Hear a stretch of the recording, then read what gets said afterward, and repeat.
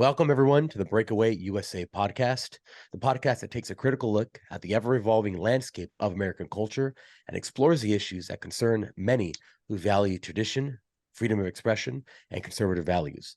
We're here to dig deep into the transformation of the American society and the rise of wokeness. My name is Fabian, and of course, as always, we have Mr. Gentry and Mr. Mike. What's up, guys? How has the week been going? It's been a very busy week for news. Stuff's just flying at us at Mach speed. I think potentially that's one of their strategies, is to just overwhelm us with all this bad news so we get distracted from what's really important, I think. Yeah, it's very hard to fact check when the inconsistencies come out just so quickly. So we've seen these clips of these CIA agents that explain that they had agents working for the CIA in these main publications like the New York Times or wherever, and they would feed them actual disinformation to confuse people, essentially. Another thing is to disseminate propaganda to influence people's minds, and this is a major function of the CIA. Can you do this with responsible reporters? Yes, the Church Committee brought it out in 1975, and then Woodward and Bernstein put an article in Rolling Stone a couple of years later.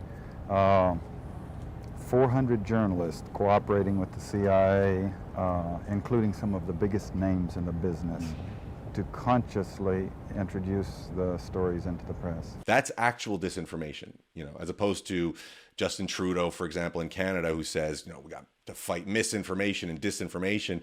And now one of the secretaries at the UN came on and said, we created a task force to fight misinformation. I think referring to Twitter, because Twitter's now this jungle of misinformation, apparently, even though it's all citizen journalism. We partnered with Google, for example. If you Google climate change, you will, at the top of your search, you will get all kinds of UN resources. We started this partnership when we were shocked to see that when we Googled climate change, we were getting incredibly distorted information right at the top. So we're becoming much more proactive. We own the science. And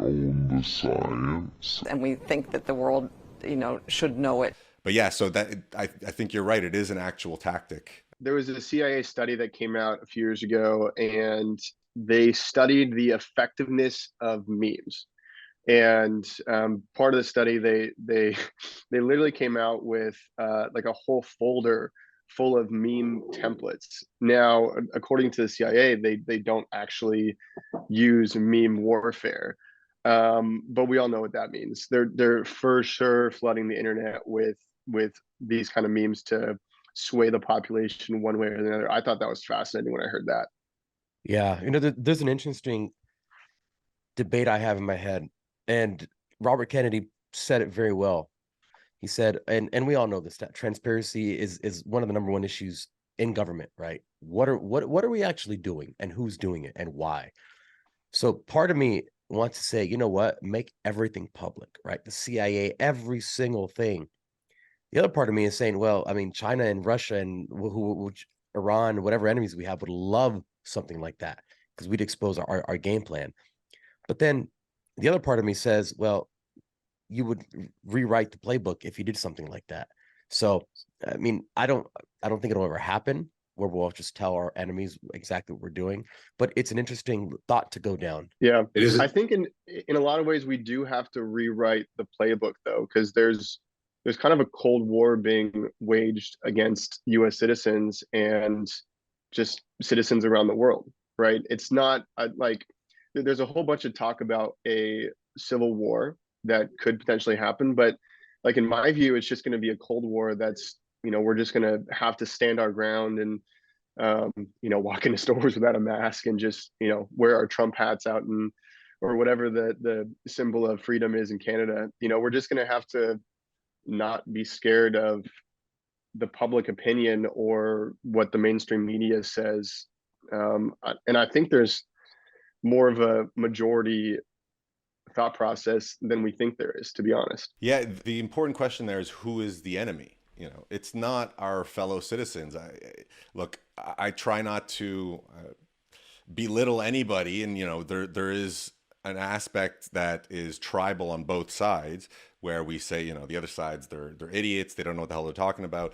I really feel like a lot of people are, you know, on the left are being controlled by the media. It's this trust that they have in the media, because, and it's also a confirmation bias. The media is saying things that they already feel are true because they're indoctrinated from a very young age to think these liberal ideas. So the thing is, they're not the enemy, you know. And like you're saying, we spoke about civil war, and if there is an armed rebellion, we're fighting against, first of all, one side has all the guns, so I don't know how that fight's going to go, but and knows how to use them.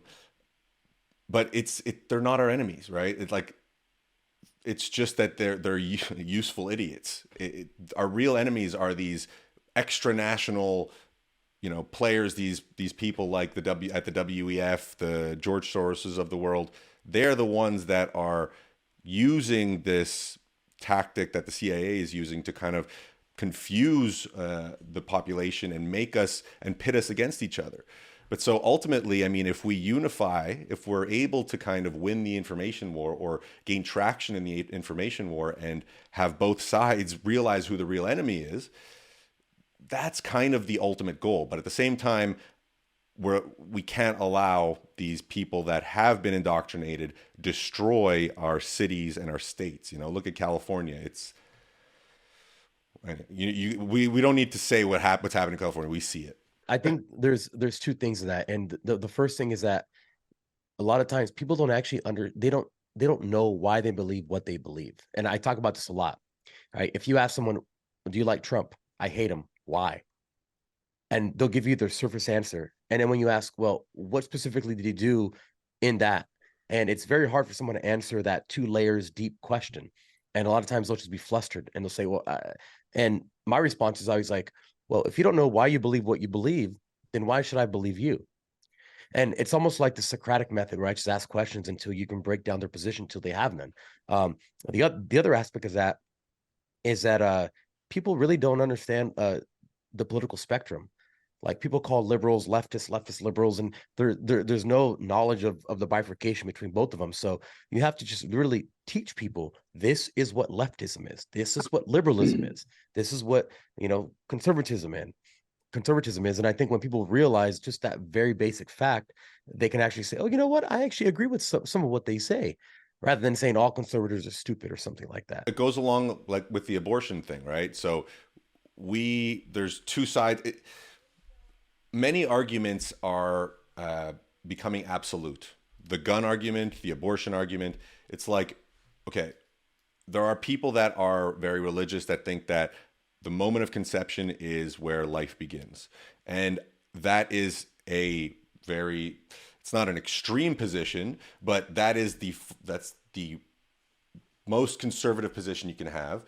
And then the most leftist position you can have is we should actually be able to abort after the baby has exited the womb, right? There's two, and there's got to be a middle ground. But a lot of people, like we're saying, a lot of people that are more on the left side of the spectrum don't realize what's actually happening, don't realize that the extreme left is actually pushing for late-term abortion without any reasoning, without there being kind of a threat to the mother's health, right? So there's nuances that, and it's not a yes or no. It's not a pro-life, pro-choice situation. It's not a yes or no question. It's guns. It's not an absolute yes or no. And the nuances are lost in the tribalism of today, because there's no debates anymore. Like,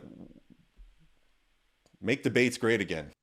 I 100% agree. I'm one of those people who believe that life begins at conception. And Fabian, I think you brought up this argument, but you know, if I'm right, then what you're doing is murder, right? And if you're wrong, or sorry, if you're right, then it's all hunky dory. But what's the bigger consequence here, right? Like, who is going to err the most if the other person is right? Absolutely. So I mean, that's kind of what I boil down to. And as far as the gun conversation goes, I mean, the US government just lost that $80 million airplane. That 35. like, Yeah. why was it getting lost in inclement weather, quote unquote? Like, and then you want me to potentially give up guns to you guys who are unbelievably incompetent. You can't even keep track of an $80 million airplane.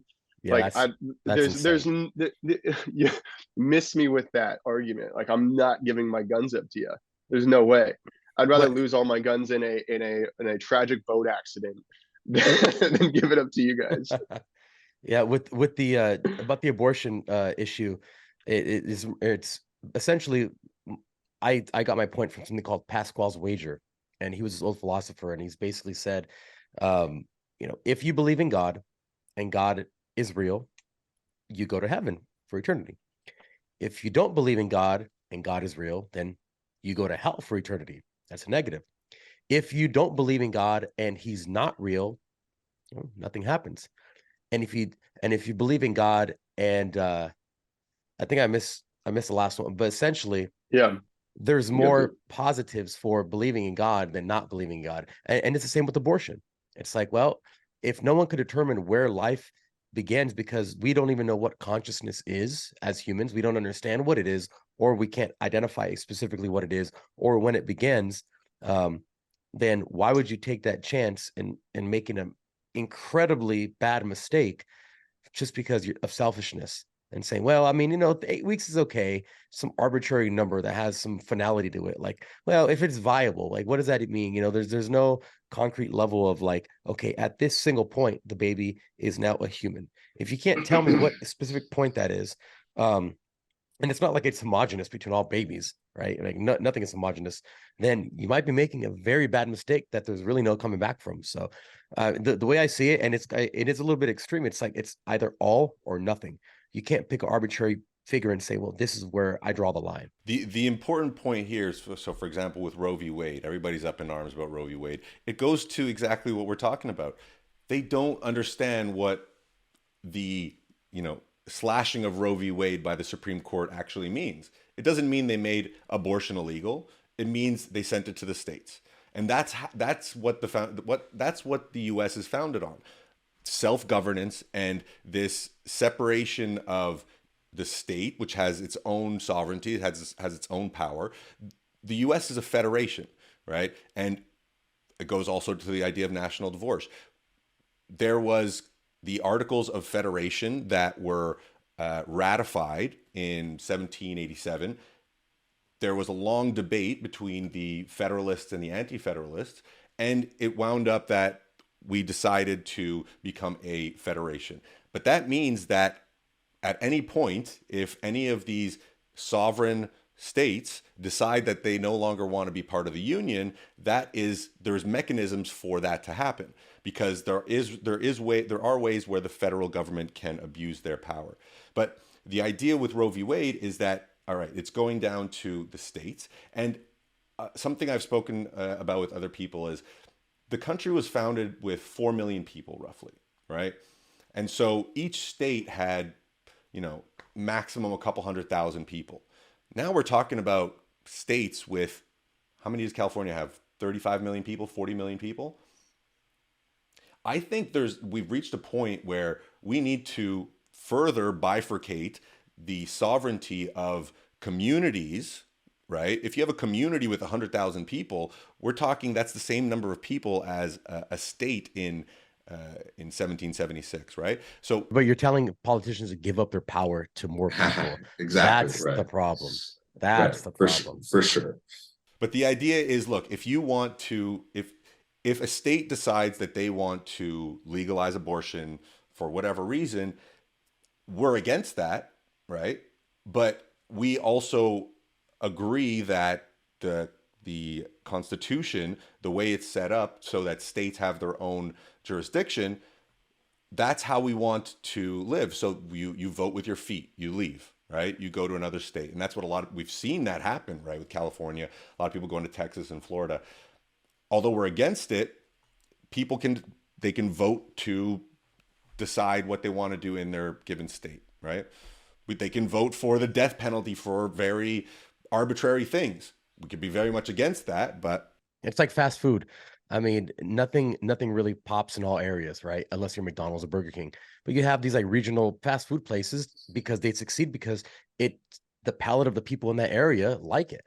So, I mean, if you have states that some are going to be anti-abortion, some pro-abortion, that's really freedom. And even though we may not agree with what they decide to do, that's literally part of the reason why we have what we have. Well, I think it comes down to personal responsibility, right? Because what you're talking about, with being the freedom to leave a state, you also have the freedom to stand up and actually join the fight in state senate, or join the school board, or do something like that. And I think that's where the left has really won in a lot of ways, is they've 100%. radicalized a lot of people to, I mean, they've had a lot of people read the book Rules for Radicals, and they've just helped kind of appropriate the Democratic Party, which, I mean, if you go back, I don't know, 20, 30 years, it didn't even look like this, right?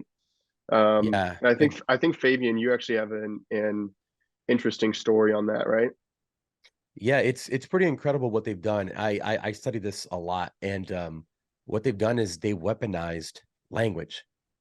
They literally have weaponized language incredibly well, to the point where they have debates on what's the best way to divide people up, the best way to get them to feel like they don't fit in, the best way to make them believe that they're oppressed.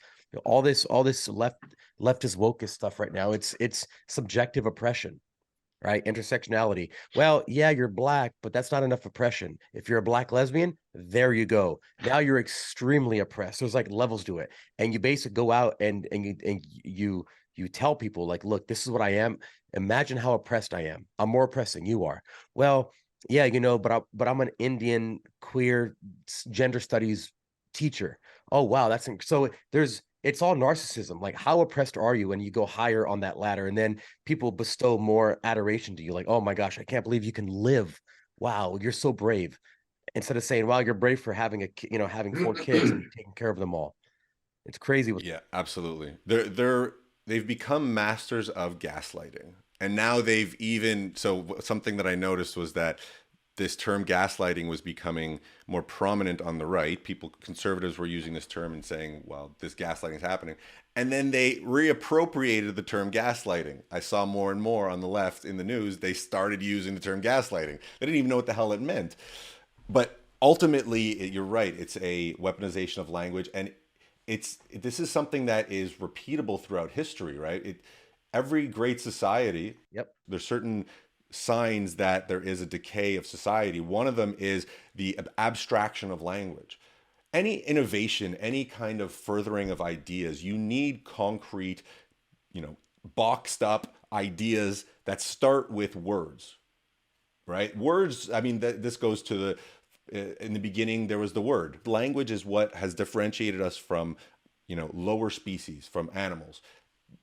When we start to abstract that, and a perfect example is this gender thing. It's like when you lose the basic kind of as objective definition as there is of man and woman. When you lose that, I mean, then everything just goes downhill from there. And you're right, they've won the culture war. They've been fighting the culture war. We didn't even know we were fighting a culture war, right? We'll look at these 45, this list of 45 communist doctrines or rules that was put into the record in Congress in 1963. Well, I showed you guys briefly, but we can go through a couple of them. But this has been an explicit plan strategy that has been going on for a long time, for at least 60 years. But people are starting to stand up now. Yeah. Michael, you had a story of this huge march, this huge protest in Canada. Why don't you shed some light on that? Because I'm not super well versed on what's happening up there right now. Well, we could take a look at a clip of it. But yeah, Canada of all places. Canada has gone off the deep end with Justin Trudeau and this woke stuff. Justin Trudeau is a disaster. He's been in office, in power, because truly he's dictatorial in the way that he operates. He's been in power since 2015, and Canada has just gone from a country with some of the best opportunities for immigrants and for Canadian citizens, and it's gotten to a place where it's just everything's unaffordable. Inflation is, the official numbers of inflation is like 8%, but you go to the grocery store and stuff has increased 100%. It's insane. But yeah, we could watch a clip of it. So people that across the spectrum of religion, culture, race, that have gone together, and in every major city in Canada, Vancouver, Ottawa, Toronto, Montreal, where they've had a march, which is basically a family pride march, and against the indoctrination of students. So it's basically leave our kids alone in schools. And we respect your way of life, but if you want to indoctrinate kids, go have your own kids. So happy the Canadians are finally standing up, because It's great. Canadians are some of the nicest people, and I loved Canada. Like, after the US, it was my favorite country, but because people are so nice, I mean, it's not just Canada. The same thing happens in Sweden. In any society that's very peaceful, very calm, everyone respects everyone. When you have these outliers, this fringe that starts doing all this crazy stuff, the people don't say anything because they don't want to offend, because that's just life.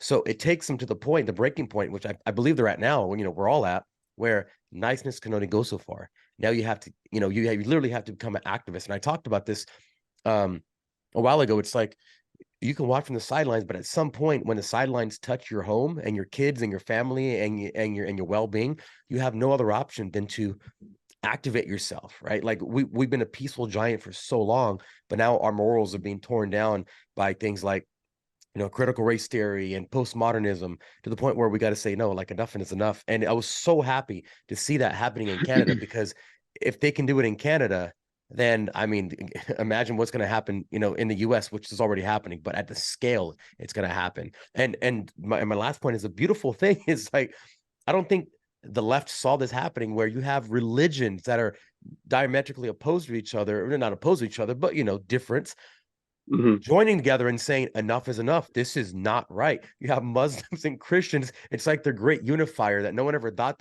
would happen. But you go after people's kids, and, you messed up, man. Yeah. My question is, I mean, America, we are the land of the free and the home of the brave. So where is that energy here? Right? I would love to see people just flooding the streets, and in a peaceful protest, right? We don't want to get violence or anything like that, but like, I want people to start standing up for the kids and the future, and to lower taxes and the whole 9 yards. The story in Canada is awesome. I'm a little bit jealous of their energy. There was a story in the UK where a whole bunch of people there started to take down traffic cams, because the traffic cams were tracking people. Blade Runners. Yeah. The traffic cams were basically like giving people tickets for driving their high emission cars in the wrong area, and Or creating, their older cars too. right. And so they were basically starting to create like districts, like the Hunger Games in the UK, and it's essentially stopped, because the last report I saw, that they had destroyed 50,000 cameras. It's amazing. Yeah, I think in some regions it's and, like 80% of the cameras in certain regions are down. Yeah. And then in Minnesota, I saw a video where there's this like band of a few people, and they've been caught on Ring cameras, which is hilarious. I love those Ring videos, but they're taking down like gay and trans flags off of people's houses. Right. I don't necessarily condone it, because it's their property, but also I'm 100% for it, because that's garbage. But they're like taking down the flags from people's houses. Like, I know it's in America, but I mean, we gotta fight back like that. That's the beauty, man. It's like, individuality and freedom is so hard to break. I mean, the Germans tried it, Mao tried it, Stalin and Lenin tried it. You can go back to as far as you need to. It's super hard to break the will of people. And yeah, we may talk crap on Europe's, oh, they're a bunch of socialists and stuff like that, right? But that's just this like generality. There's people in each of those countries that feel the same way that we feel here. Maybe their society as a whole doesn't express it as much as we do, because we're the crazy Americans or whatever, according to them. But it's incredible to see that people all over the world still have values, and it's not even like their values; they're like some innate, just primal, maybe instincts to just let me do. I want to do what the hell I want to do. Mhm. And you're seeing that all over the world. Liberty is, I mean, there's a number of quotes that don't necessarily come to mind right now, but it is something that needs to continuously be fought for and continuously be updated. And something happened in the 60s, 80s, 90s where the American life was, you know, thriving, and there was this avoidance of politics. You've posted a couple times, Gentry, or that I've seen a couple times, of, you know, not talking about politics at the table, not talking about religion and politics. It's like, well, that was a reality, and because everything was so good, you know, people that bought houses in the 70s or 80s, you know, their investment has, you know, gone 500% at least. That doesn't exist anymore, right? So there was complacency that grew with you know, comfort and prosperity, which is the quote of it takes hard men to create good times create weak men create hard times, right?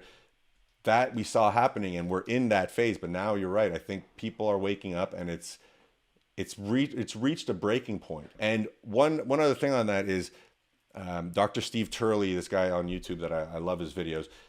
He referenced the birth rate amongst conservatives versus liberals, or right and left. And there's no question that conservatives are having more kids than liberals. So there's a reason why they're needing to indoctrinate other people's children, because they're not having children, right? So at least we're kind of winning that side of the war, quote unquote, right? Yeah, that's why Idiocracy is one of my favorite movies ever made, because it signals exactly what's happening in the world. It was such a great script, such a great script. So why don't we get to some of the more topical news that has happened in the last week? I know we all have a few stories that we want to bring up and talk about. Yeah, let's. So I have a couple of these tabs open. Let me share the screen. So one of these quotes was talking about with liberty and democracy. I don't love the word democracy, because we don't have a system of democracy. We have democratic institutions, we have democratic practices within the republic, within the constitutional republic. And people confuse this idea. It's like, oh, democracy is in trouble. It's like, well, we don't have democracy, and we don't want democracy, right? We do want democratic processes within our system, because we want to have self-governance, but we want to have the rule of law, and we want to have this constitutional foundation that guides us. But so a democracy cannot exist as a permanent form of government. It can only exist until the voters discover that they can vote themselves largesse from the public treasuries. From that moment on, the majority always votes for the candidates promising the most benefits from the public treasury, with the result that a democracy always collapses over loose fiscal policy, always followed by a dictatorship. That goes to the idea that a democracy is actually a decayed, if you have a full democracy, is actually a decayed version of a republic. And there is this process that happened in Rome in the late stages of the Roman Republic, where it then became an empire and had a Caesar, but that's an emperor, sorry. I think this quote is spot on. I think the only difference with what we're seeing today is that it wasn't necessarily the public that found out that they could vote themselves money from the public treasury. It was the leftists, the socialists, that appropriated the Democratic Party and then told people that they could vote themselves money from the public treasury, right? Because I don't think back in the 70s, 80s, 90s that people really wanted to just get government cheese, right? Because that was, I mean, Government even that, cheese, love it. I mean, Yeah. even that whole phrase is like, oh, you're going to be dependent on the government. Like, what are you, a loser? So it kind of takes all the personal responsibility out of it, which is kind of a core tenet of what we believe as Americans and as free people. And I'm sure that's the same for Canada, Michael. But I think that our politicians, especially on the left, have just lied to people in a way that makes them want to just abandon every single American conservative ideology and just want big government. And now the left wants wars. They're pro war, they're pro big pharma, they're pro big business, and they're basically asking for this universal basic income, which is exactly what he's talking about here. You know what's funny is I'm actually a fan of UBI. It may not be a popular opinion, but not when it's given out by the Cancel. government. Not when it's given out by the government. And the reason We're why, done. We're and done here, I Fabian. wasn't even going to talk about this. I was going to actually make a good point about the quote, but I'm a fan of UBI if it's done the right way, because the government has no control over it. So to actually lower, you get everyone off government help, whatever they're on, done. Cancel all that fat, done. And you have a system that essentially it's almost like Social Security, but for the people, created by innovation, and the government has no control over it. They don't like that because they can't say, well, look, we're going to give you this money because you have oppression, or because of equity, you get a little more than the white people. It really levels a playing. Or because you don't have a man in the house with, single mothers. It actually de-incentivizes making money, because if you're on the government teat and you start making money, now guess what? They're going to remove that benefit from you. So it behooves you to stay poor or to hide your income. Oh yeah. Or to do something off the books, because you still want that government cheese. But if it wasn't calculated based off how much you have or don't have, then it'd make things a lot better, in my opinion. We're gonna have to unpack that separately, because I don't know about that, but we'll that's a discussion that we'll have for sure.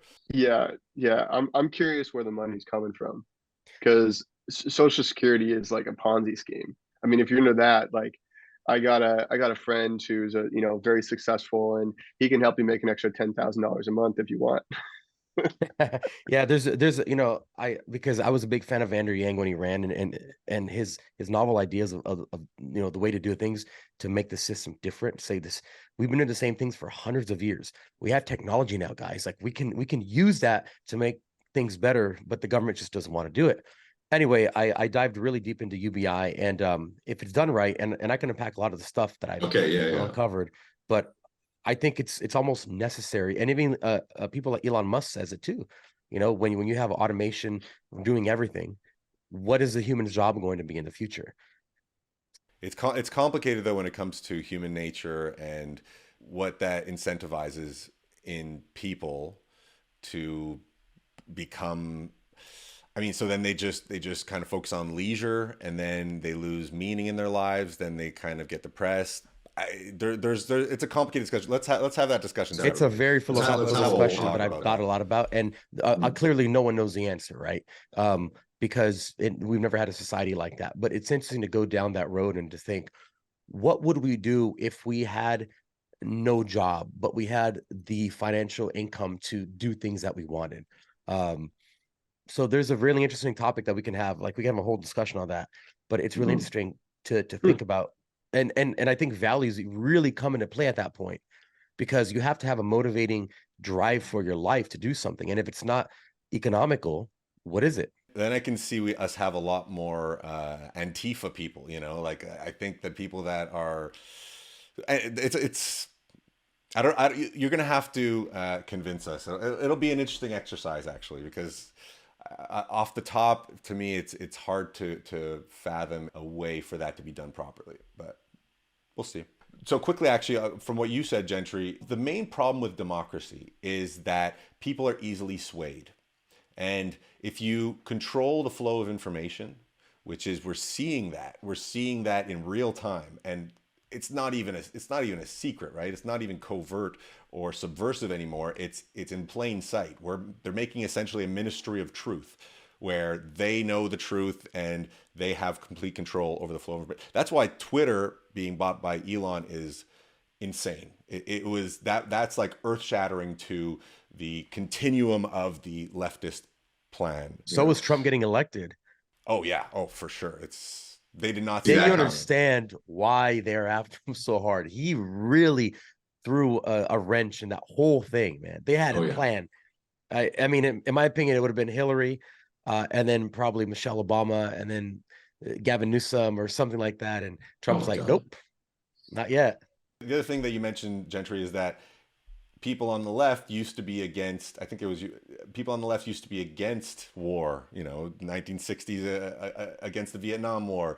They used to be against big corporations. Now they're like begging for big pharma to, bend them over.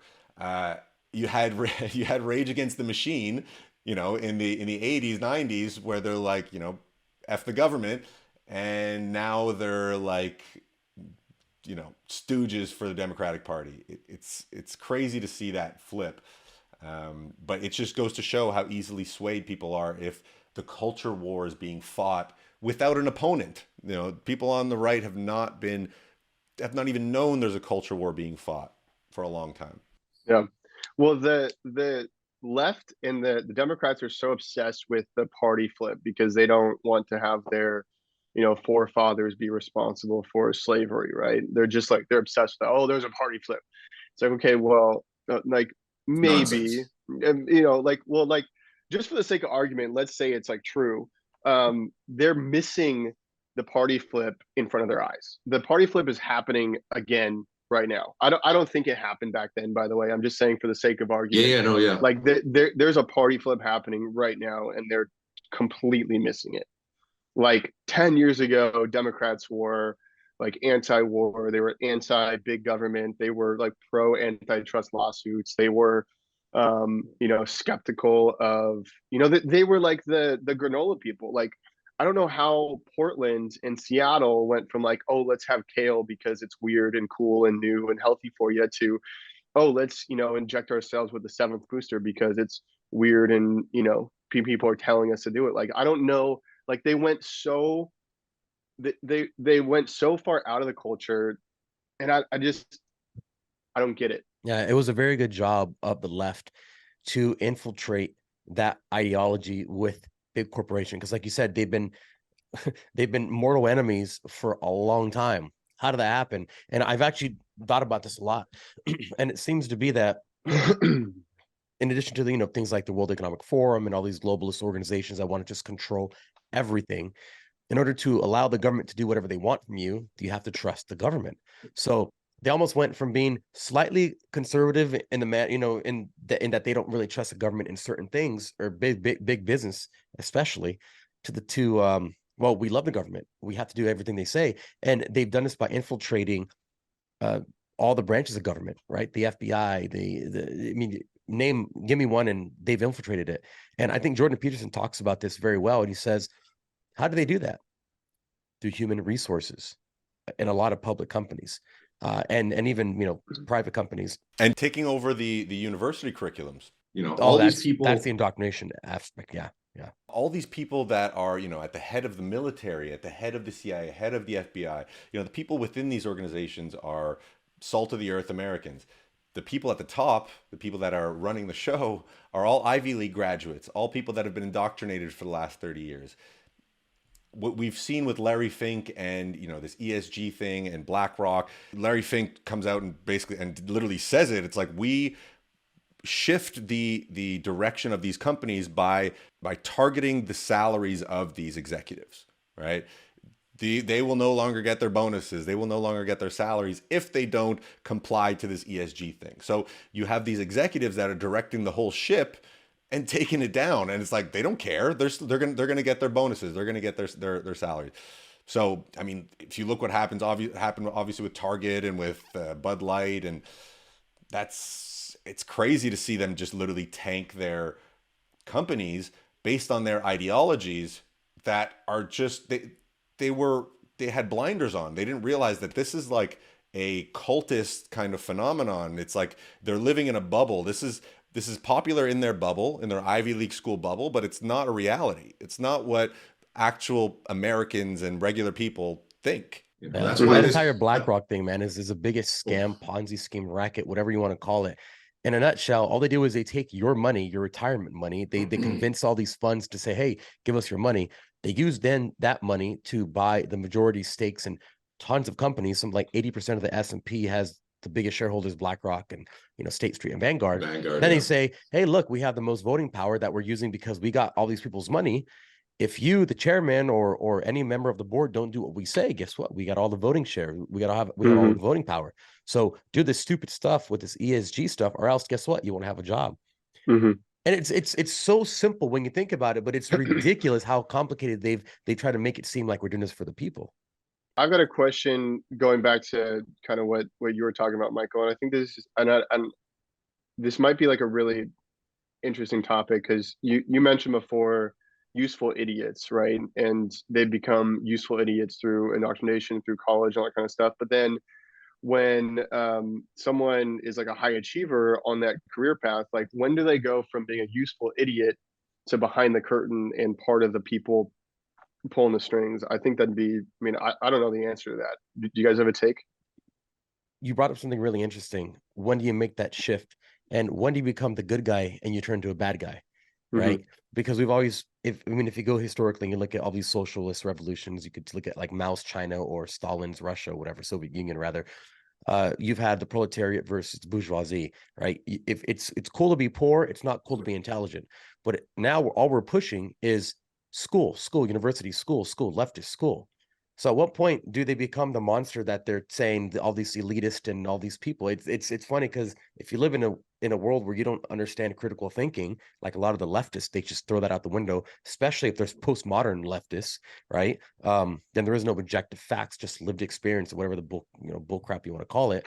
Then how do you understand that you are part of the people that you then despise or seemingly despise? It's like this dialectic that they've completely confuse these people that they don't even know what is real or where they fit, or that they're a cog in this massive socialist scheme to take over the world that hasn't worked time and time again, and now they're just trying it for another time. It's a very interesting point because it's hard to see. There's a quote that I love to repeat is, if you're not a liberal when you're younger, you don't have a heart, and if you don't become conservative as you get older, you don't have a brain.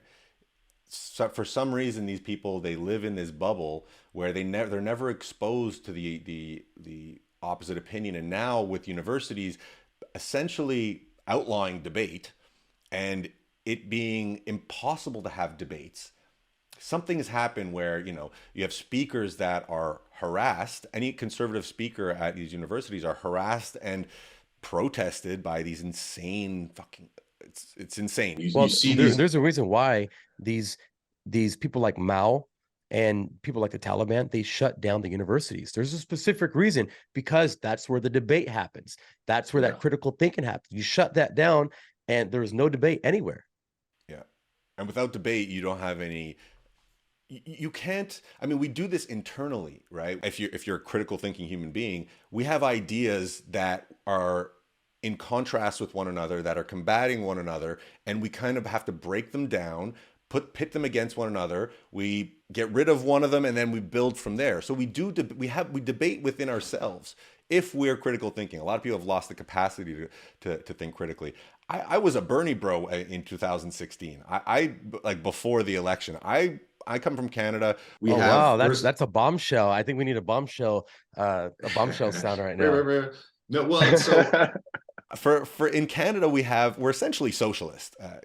We have socialized healthcare and socialized university to a certain extent. And I thought the system was, working fine. But as who opened my eyes was Jordan Peterson, actually. When I started delving into Jordan Peterson, he puts things into such context that's just, I think it's irrefutable. People that oppose Jordan Peterson have just never listened to him because he's just like pure logic and reason. But so we develop ideas, and if we're not confronted with opposing ideas, we just stay down this path and become extremists to a certain extent. So everybody in these Ivy League schools, they have been indoctrinated so thoroughly, and once you reach a certain age, it's very, that shift, that switch is not happening anymore. But so the question is, when does that switch happen from, you're well-intentioned, you leave university, you go work at these firms, and then when does that switch happen where you're aware that you're actually being subversive? You're aware that you're really trying to, overhaul the system because you think your ideas are better. But ultimately, it's the road to hell is paved with good intentions. So I think even people like, maybe not George Soros, because he's a sociopath and he's like a failed philosopher that just wants power. But these people, I think it all boils down to climate change. They truly think that the world is coming to an end because of human beings. And they think that they need to, subvert democracy and have this, world government so that we can save the planet. And their intentions are good within themselves, but their actions are just evil. When you have the end of the world on your mind, any action is validated to get to that goal of saving the planet, right? So it's tough to know where that switch happens, where they go from stooges to actively fighting. I think we can have a whole discussion about that and do a little more research into that, Gentry. Yeah. So do you actually think that, I know the useful idiots think that climate change is real, but how many people do you think at the top think that climate change is real? I think they truly believe it. I think Bill Gates, Larry Really? Fink. Klaus Schwab, I think they truly believe it. No, I disagree with that. To me, it's how much are they paying you to say what you want them to say? But Hitler says if you repeat a lie enough, it becomes truth. And in a world where no one even knows what's real anymore, it's very easy to get into one of these philosophies or ideologies, whatever you want to call it, and start believing it because they weaponize good intentions extremely well. Like what more benevolent goal is there or could there be other than saving the world? Do you feel like a superhero? Exactly. Right? You don't have to have kids anymore. All you have to do is recycle your trash, and now you're put up on a pedestal of being the world's best person ever. It's really easy. It's just like the dopamine hits that we get from social media. It's super easy to get that kick without even leaving your chair. And that's what they want. Clearly we know they want digital slavery, 15-minute cities. They want to keep you in your little bubble. Ready Player One was a great example of that, where you're just, you basically, you owe money to this company. So you have to go play and find stuff for them. That's not too far from the future reality that I think these people want. But so you guys think that it's completely power play, that they don't believe anything of what they're saying? You think that what about Al Gore and John Kerry? You think they don't believe it? Well, I don't think they were high enough on the totem pole, to be honest. So you think the top then? Yeah. Larry Fink, you don't think that he believes this climate change ESG stuff? I think he's obsessed with power. Yep. And he's trying to get it in the way that he sees fit, which is to enslave people. And to be honest, I think a lot of these guys, the core driver is they are so afraid of death because they don't believe in life after death. And so this is all they have. And so if they can, they have the resources to go research and do all this stuff. So, if there's a way to make the most of this life, which, there's even a verse in Matthew. It's like, what is it to gain the whole world but lose your soul? And they're playing that out like perfectly. But I think their big driver is that they're just scared to death of death. Yeah, and something to go along that point is, and kind of to touch on the Bill Gates thing, let's say Bill Gates didn't know in the beginning about climate change. He really wanted to help and say, is this real? What does he then do? He gives a bunch of money to a bunch of scientists to go do a bunch of stuff. As a scientist, your job security is predicated on the fact that, like, if I tell him, yeah, this is going on, he's going to keep paying me. If I say, hey, nothing here, all right, thank you for your work, see you later. Like, so you're incentivized. It's a feedback loop. It really is. Yeah. You can't. So that's why I think they truly believe it, because look, you have to be scientifically illiterate to think that this narrative of climate change is a reality. Yeah, and you really do. This one is it's really basic not that science. It's like, basic the whole science. narrative is not that strong neither. Right. It's like a child came up with it. It's so not elegant as a theory as well, that carbon dioxide. What? I said, and then you push Greta. Yeah, right. And she just really kills the whole. Dude, it's a production. It's a Hollywood production, the whole thing. Oh, did you see now she's getting arrested now? Oh yeah. For the second time. Again? With a big smile, yeah. And you saw Zelensky at the UN. So now he's going to come to the US to come ask for more money. But before that, he stopped at the UN and gave a speech about climate change. Yeah, what sucks is, like, that guy will say anything he needs to say to get money for his country. So but it's not even for his country, man. Well, we'll talk about that. Yeah, actually. but imagine, you're like, hey guys, like, we're getting destroyed by Russia. We need stuff. All right, you got to say this. You got to let BlackRock get a massive contract to rebuild your country. You got to make sure that everyone knows that being queer is okay. Like, all these things that they never did, all of a sudden they're in a rush to modernize, to be part of, the crew. Yeah, it's crazy. There's everybody wants to make money off Ukraine. Well, what would really help climate change if they just stopped fighting.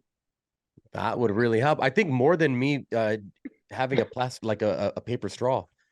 Oh my gosh. That You're a argument plastic is wrapper. Come on, Gentry, I feel unbelievably it. ridiculous. Okay, so I've spent in the last 10 years, I've probably spent 6 months in Indonesia. And Southeast Asia is one of the dirtiest places. Just Asia in general is one of the dirtiest places in the whole world. So in 2014, I was there for 3 months, and we went to this harbor in Jakarta, full full of garbage, like feet of garbage, like two, That, 3 feet that's of our garbage. And recycling, this, right? well, no, so it's unbelievably arrogant of Americans, and I think Seattle was one of the first places to come out with this this Yeah. paper straw, which, by the way, is garbage. It decomposes in like 3 seconds. You can't even have a coffee. It's ridiculous. Also, sorry, on that note, they're showing that they're very unhealthy as well. They're showing that there's these chemicals in these paper straws that are, yeah, there's a study that came out showing that it has these forever chemicals, I believe. Anyways, go ahead, sorry. So that's another aspect. It's like That's wild. But if you look at the amount of waste that the U.S. puts out, I think it's either 0.25% or 2% of all the waste in that big like bubble in the ocean, right? Not the bubble, but the big like waste thing in the ocean. But 90% of it is coming from Asia, and so it's unbelievably just arrogant or stupid or whatever to ban straws because of that picture of the turtle of the straw through his nose. Which, by the way, have you guys ever thought about how a turtle gets a straw through his nose? Like you'd have to like bend it and put it in. Like there's no way that that's getting in there. Anyway, like I think if It's a masterclass in propaganda. Honestly, they took one picture and yeah, I think if Trump or Vivek or whoever is running wants to really make a stand on cleaning up the planet, not climate change, but cleaning up the planet, just say we're going to put sanctions on China and other Asian countries that they can't import until they reduce their garbage level by whatever percent, because they're creating so much waste in the world. But then here's the other thing on the climate debate that people don't necessarily know about is that that big trash ball in the ocean is now becoming a habitat for fish. Now, it may not be like the healthiest, but the world is regenerative by design so that And it can adaptive. and adaptive, so it can withstand a lot of stuff. There was a landfill in New Jersey that stopped being a landfill, I think in the 90s or the 80s or something like that. And 20 years later, they turned it into this beautiful park because like trees and grass and all this vegetation grew up on top of it, but it's a landfill. And they just let it sit and it just adapted. And so this whole idea that we're destroying the earth, I think there is a little bit of merit to it because we do want to take better care of the earth, but it's not America. Well, Like, you know, we're one of the cleanest places in the world. When I got back from my trip from Indonesia, I kissed the ground. I was like, yeah. I'm so thankful. I love Bali, I love Indonesia, but I love America more. Yeah. And that's you bring up a few good points, is for the whole paper straw thing. Again, it's just people feel like they've done something for society when they go, look, we got that passed because I Mm-hmm. helped, because I post something on Instagram and it played a little part in passing the law, right? And so they feel like it's that they had a part in it, and they feel, I don't know, whatever you feel when you think you change the world by, doing one tiny thing. The other thing is that with the whole garbage debate, and you bring up it's becoming a habitat now for fishes, is technology is incredible. It's literally incredible. Clearly, everyone knows it's made our world what it is today. We have the most comfortable lives anyone has ever had. I mean, kings couldn't even dream of what we're doing right now, where we're talking in different parts of the world, just a few hundred years ago. It's absolutely incredible. And that's why people complain so much, because they don't understand that you take away technology, you want degrowth, right? You want to stop shipping and all flights. You're going to be in for a hell of a world. Ask the people who grew up in Mao's China what they had to do every single day. Like that's really hard. So you want communism? There it is. Just go research it. Thankfully, we know that it doesn't work, and thankfully, we have images and footage and reports from people who did live during those times. So to me, it's like, how can you be so stupid and support this communistic type of reality that you want in the life, when we've already tried that multiple times, and every single time it's ended up the same. 60 million people under Mao, what, right? How many millions of people under Stalin? The exact same thing. And then they say, well, we didn't really try real communism. Like, come on, you think your 23-year-old gender studies narcissistic ass really understands what communism is and knows more than Mao and knows more than these people? Like, come on, give me a break. The entitlement is insane. It's crazy. I mean, but like we've all been there when we were younger, and we felt like we were, we knew everything. Even at 16 years old, we thought, or 14 years old, we thought our parents were morons, right? And as you get older, you realize, oh shit, I didn't know anything, and clearly they knew what they were doing. But now we're telling these kids that they're right in the way they think. We're telling them, yep, get gender reassignment surgery. Yep. You know what? Your view of the world is I'm not telling right. kids that. No. Yeah, we're not. But actually, I just shared a post. Girls being asked questions about tattoos and whether or not 12-year-olds should be able to get tattoos, and they're like, "You saw that, right?" Yeah. It almost looks staged. It almost looks like a parody, right? But it makes sense in their heads somehow. It's crazy. And then they're asked about gender reassignment surgery. They're like, "Oh no, they know." They know what their gender is at 12 years old. Oof, my goodness. There's cognitive dissonance, and then there's just stupidity. It's like you don't have any critical thinking capacity to see that this, and they even say it. They're like, yeah, it's a little hypocritical, but no, I think that they know. It's just pure indoctrination, and so deep. It's so ingrained in them that they're like, oh no, no matter how much this contradicts my other ideas and my logic, I still am going to lean this way. Piggybacking on your point, Fabian, the poor in America have a better standard of living. Like the poorest in America have a better standard of living than 90% of the planet 20 years ago. And even today, more than 50% of the planet easily. There's a video that I posted that went very viral, and I stole it from somewhere else, obviously, but it's some homeless guy in California who's like, man, I'm homeless by choice. I get $800 check every month. I have an iPhone with Netflix and 3G on my phone. It's like they pay me to be homeless, essentially. California is essentially. Have you seen this? No. No, I haven't seen it. That's wild. Yeah, no, well, actually it'd be worth kind of looking at and commenting on. Let's see. Louisiana, Texas area. How long you been in San Francisco? Since June. If you're gonna be homeless, it's pretty easy here.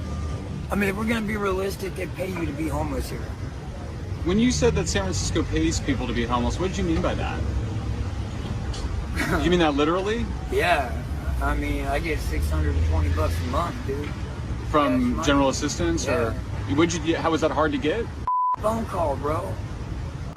Phone call. 200 food stamps and $620 cash a month. Wow. Forget about it.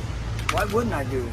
It's free money, dude. This right now is literally by choice. Literally by choice. Like, why would I want to pay rent? I'm not doing I got a cell phone that I have Amazon Prime and Netflix on. So, I mean, I saw this video before, and it kind of goes back to what I was saying. With all these government programs, they want to make you clearly reliable on the government for everything that you have. And if you make one penny, hey, guess what? Number one, we're taking away all your stuff. Make sure you vote for us, because if they get in power, they're gonna, you know what they're gonna do? They're gonna axe this program. You're gonna be shit out of luck. You got to go get a job. Oh my god! And you don't want that. So keep voting Democrat. We got your back. No, that's all it is.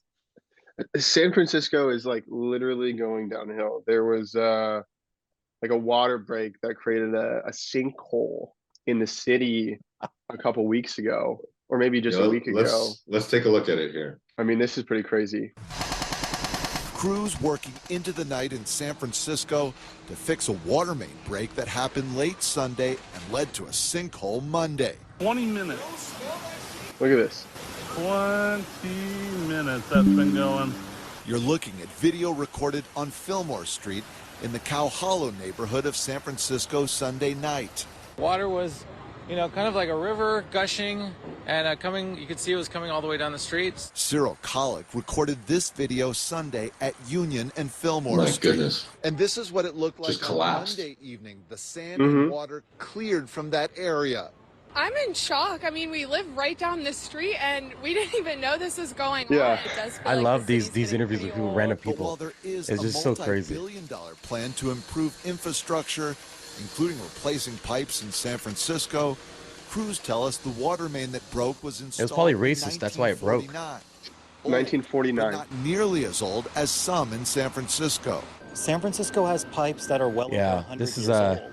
this is just a product of our failing infrastructure, man. Well, and I know it's not necessarily Nancy Pelosi's fault that these pipes are unbelievably old, but it just adds insult to injury to everything else that's happening in San Francisco, right? I mean, Like they have a 50% tax. I mean, where's that in the money city, going? Where do you think maybe it's going into Nancy's pocket? I mean, she's made some incredible trades. She's apparently a better trader than Warren Buffett in the last 40 years, which is wild. But her city is falling apart, and I think we contribute a lot of that craziness to all the terrible laws that they're passing, and she's part of that. But I don't know how she can justify running for re-election when she's been in there for like 40 plus years, you know, in various positions, and she still wants to run again, even though she's like older than dirt. Her face is falling off. Like I don't I don't even get she has it. a very good Botox lady. She has a very good Botox lady for sure. Yeah. Well, you know, I mean, I couldn't think imagine about her without Botox. Jeez.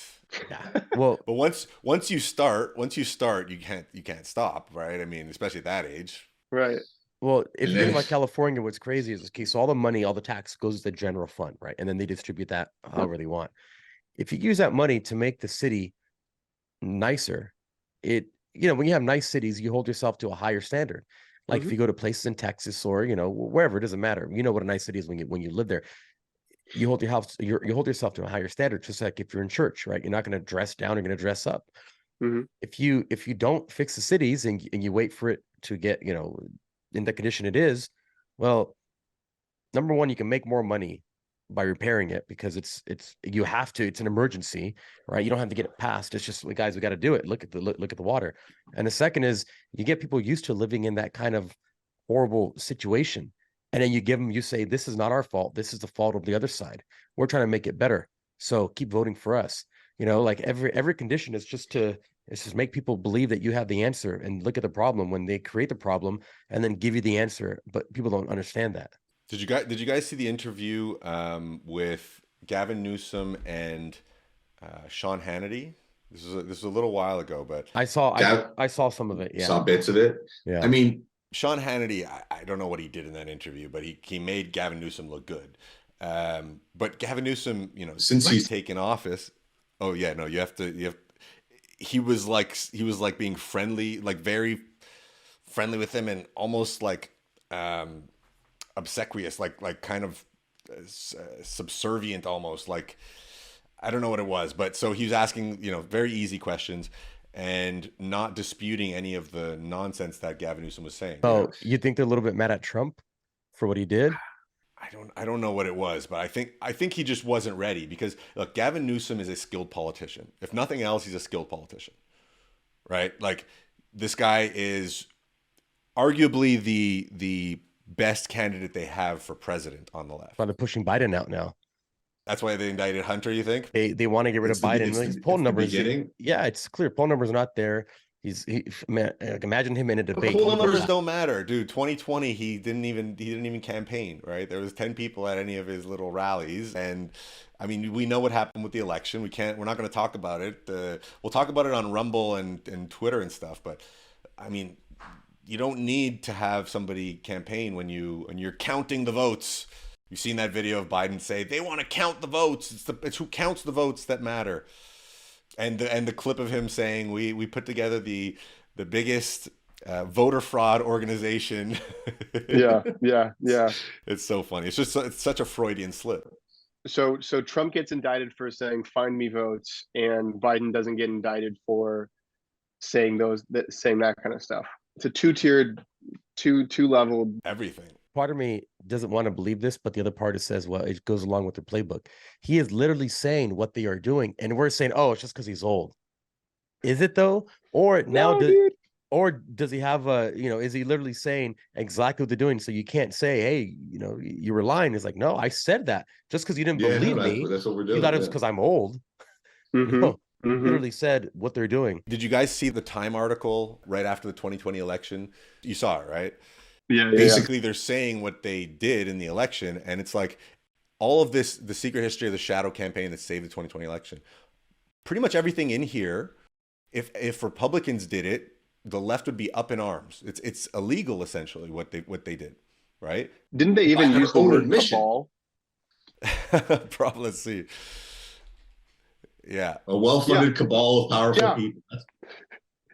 The secret history of the 2020 election told, even though it sounds like a paranoid fever dream, a well-funded cabal of powerful people ranging across. And so it sounds like that because it is.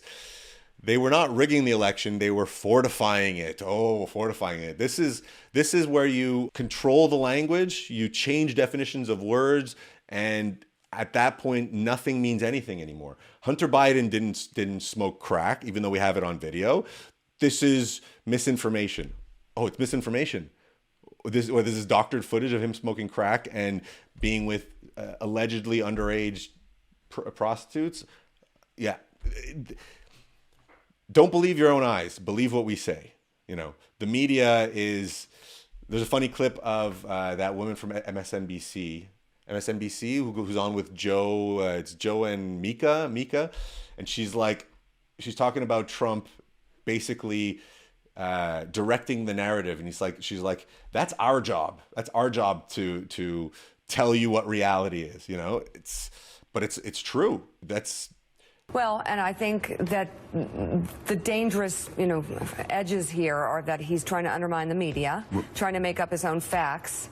And it could be that while unemployment and the economy worsens, he could have undermined the messaging so much that he can actually control exactly what people think. And that is our job. Yeah, if you look at the issues. That is how they feel. They feel like if it doesn't come out of their mouths, it's not true. Mm-hmm. Or, like we're saying, they're doing it on purpose. Like they know they've had that switch and they're actively doing it. It's hard to know which is which because they're so full of it. Well, they're saying the quiet part out loud now, which I think is interesting. They're showing more of their handbook, and I don't know why. It might be a move of desperation, to be honest. I think they know they're losing because their ratings are going down, their sponsorship money's drying up. I don't know how some of these folks still have some contracts. Like CNN is. How does it exist? They must have some crazy private equity guy that doesn't care about losing millions and millions of dollars, because there's no way they're hitting their numbers. Yeah, no, I think in a few years it's going to be done.